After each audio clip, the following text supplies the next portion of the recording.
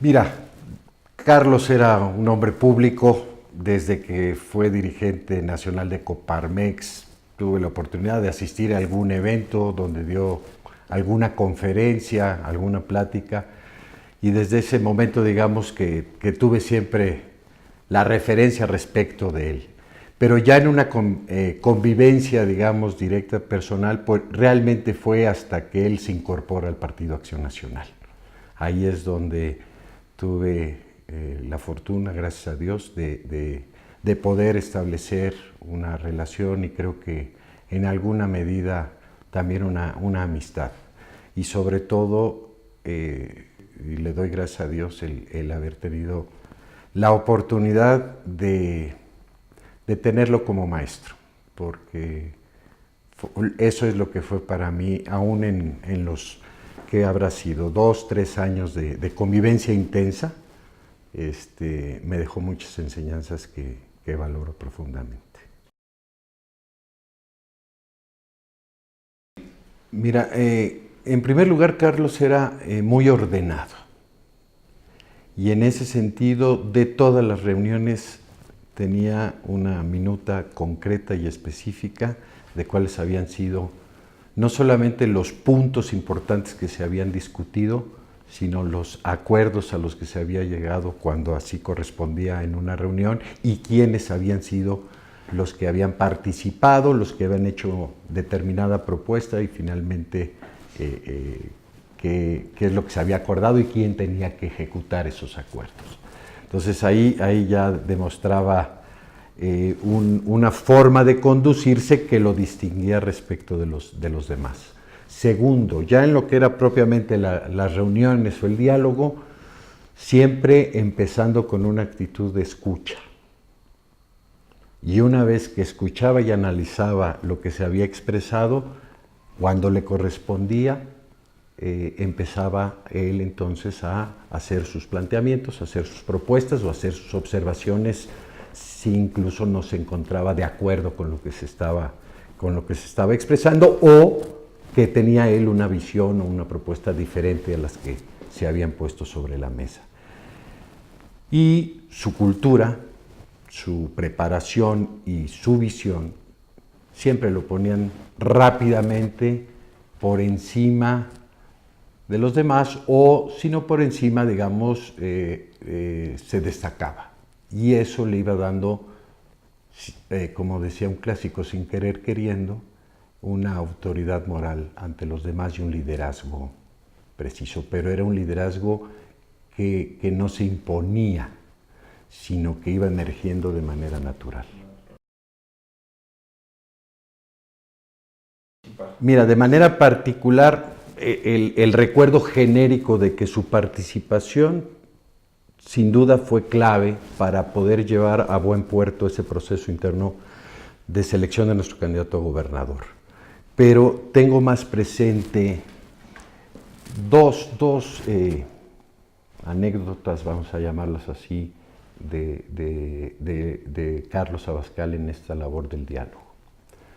Como bien sabíamos, en ese momento, entre el presidente de la República, Felipe Calderón, y el entonces presidente del Partido de Acción Nacional, Manuel Espino, no había la disposición ni las condiciones adecuadas para que entre ellos se pudiera desarrollar un diálogo directo y adecuado para lo que las dos instituciones, Gobierno Federal y Partido Acción Nacional, que era el partido en el gobierno, se pudiera desarrollar de la manera adecuada.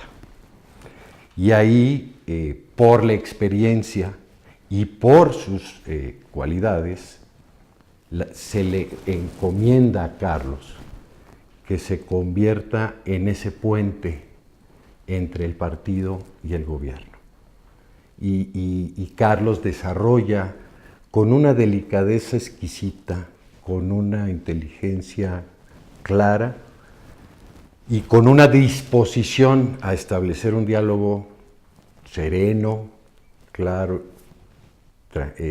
esa comunicación que era fundamental, que era necesarísima entre el partido y el gobierno que estaba iniciando sus funciones.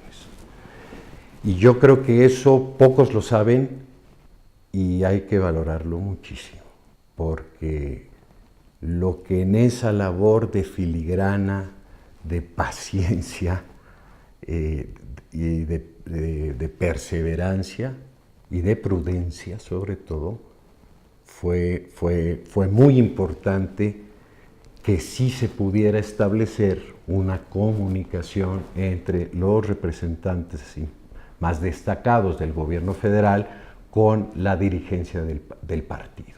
Y eso permitió poder avanzar con la mayor coordinación posible en estas circunstancias difíciles que estábamos viviendo entre unos y otros.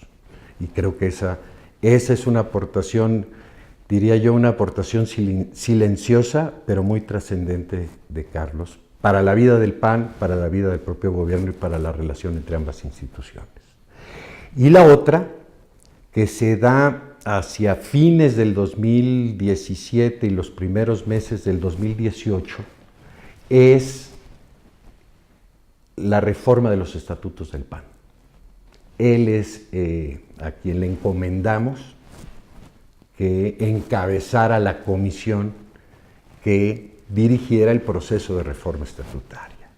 Y ahí Carlos vuelve a dar una cátedra de diálogo, de prudencia, de conducción política, de claridad en las ideas y sobre todo, diría yo, de visión de Estado, aunque se tratara de un asunto solo del PAN, porque su visión trascendente, su visión de mediano y largo plazo y no quedarse en el inmediatismo de las circunstancias y las coyunturas del momento, permitieron diseñar una reforma estatutaria adecuada para los nuevos tiempos que el PAN vivía, pero con proyección hacia el futuro.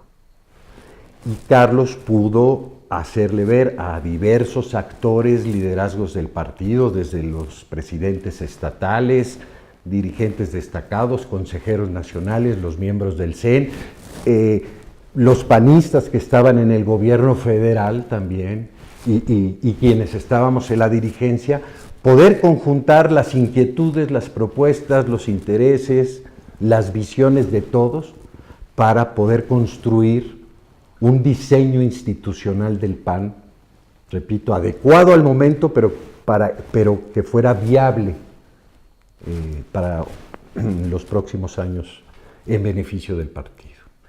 Para mí esos son dos grandes ejemplos de su cualidad, repito, de diálogo, de escucha y de liderazgo político.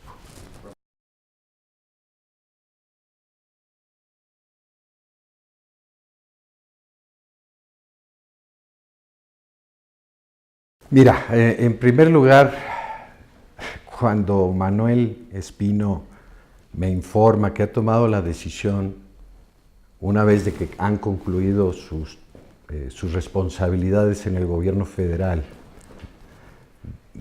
saliente, encabezado por Vicente Fox, de que tanto Carlos Abascal como Francisco Salazar se incorporarían al Comité Ejecutivo Nacional, Carlos como secretario general adjunto, es decir, colaborador directo de su servidor, y Francisco Salazar como nuestro secretario de Acción de Gobierno, pues de ambos tengo admiración y respeto, y dije, este Comité Ejecutivo Nacional se va a potenciar, se va a fortalecer y va a ayudar mucho a la gestión. Y al mismo tiempo me preguntaba, yo sí soy el secretario general, pero soy un chamaco, soy un novato, en ese momento 42 años, ante dos figuras y particularmente Carlos, que se incorporaba como secretario general adjunto con su experiencia en gobierno, en el liderazgo empresarial, una figura nacional. ¿Cómo va a ser esa relación? ¿Cómo la debo realizar? Bueno, ahí está, para mí, una de las más grandes enseñanzas que me dio Carlos en los hechos. Ante todo y sobre todo, no solo el respeto a la persona en mí, que siempre lo tuvo para con todos, aun cuando opinaran o tuvieran visiones distintas a él, sino vamos a llamarlo así, el respeto al principio de autoridad. ¿Sí? Tú, Pepe, eres el secretario general, yo estoy aquí para colaborar contigo y cumplir la función que nos toca como miembros de la Secretaría General. Y jamás una insinuación indirecta, ni siquiera actitud de decir es que yo soy más que tú, yo tengo más experiencia, yo tengo más trayectoria, más conocimientos, etcétera, sino por el contrario, siempre fue ese reconocimiento de la autoridad, pero al mismo tiempo con toda la disposición para colaborar, construir y encontrar soluciones a las cosas.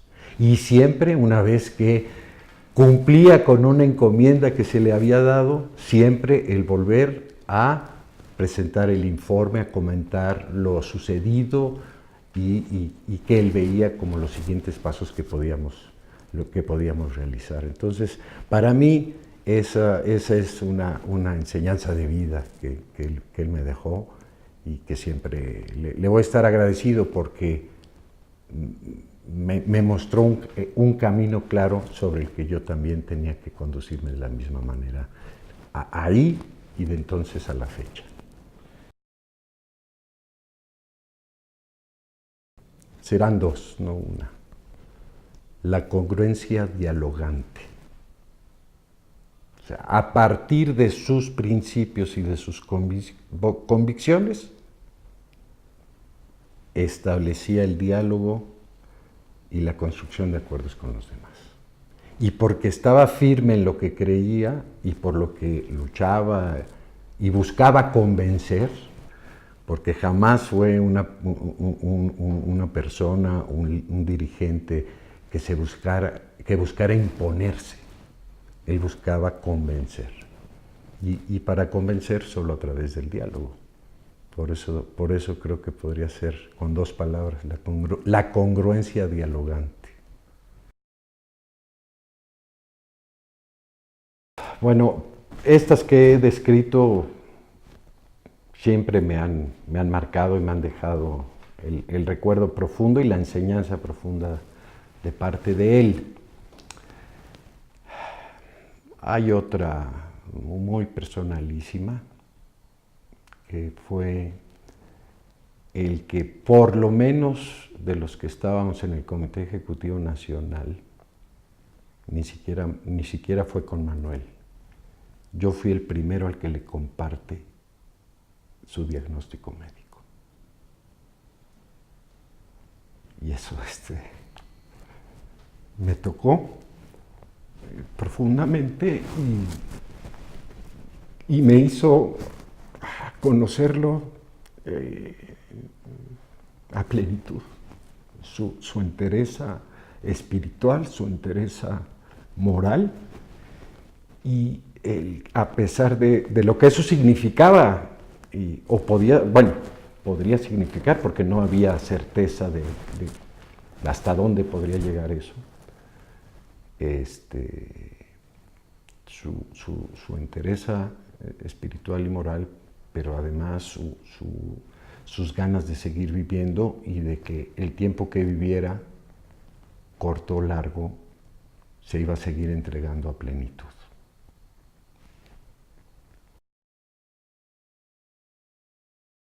Que nos hace falta mucho es Carlos Abascal.